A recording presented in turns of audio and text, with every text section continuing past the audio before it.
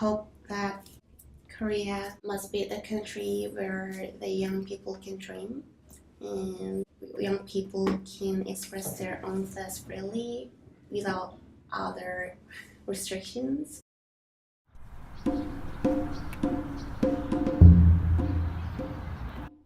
South Korea has faced a rapid both democratic and economic development. Through the last 50 years, the country has transformed from an underdeveloped military regime to a modern capitalistic society. Though the Korean democracy is young, it has come a long way since the Korean War. Most would agree that it lives up to the basic standards of democratic society.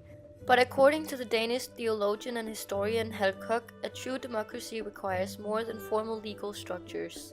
In particular, he stressed the importance of participation from all members of society.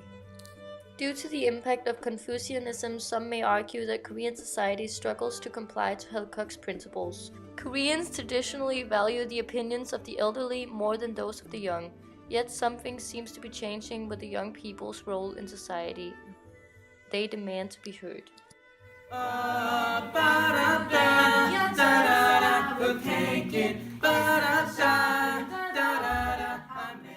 According to 4 South Korean students, the political debate is still very much affected by age. In my family, I never discuss politics with my parents because I don't know. I even don't know what kind of political side my parents are. And this is because my father always told me that if you want to avoid a fight or avoid unreasonable debate, you should never talk about politics. Social hierarchy is kind of, I think, still rigid. So it's very hard to speak up to a overpowering group of people, I think. I think the most important and good side of Korean democracy is the event that happened last year and this year, the impeachment of President Park Geun-hye.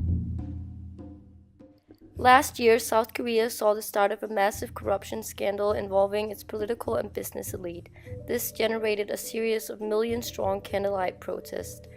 The young South Koreans especially took this as an opportunity to make their voice be heard.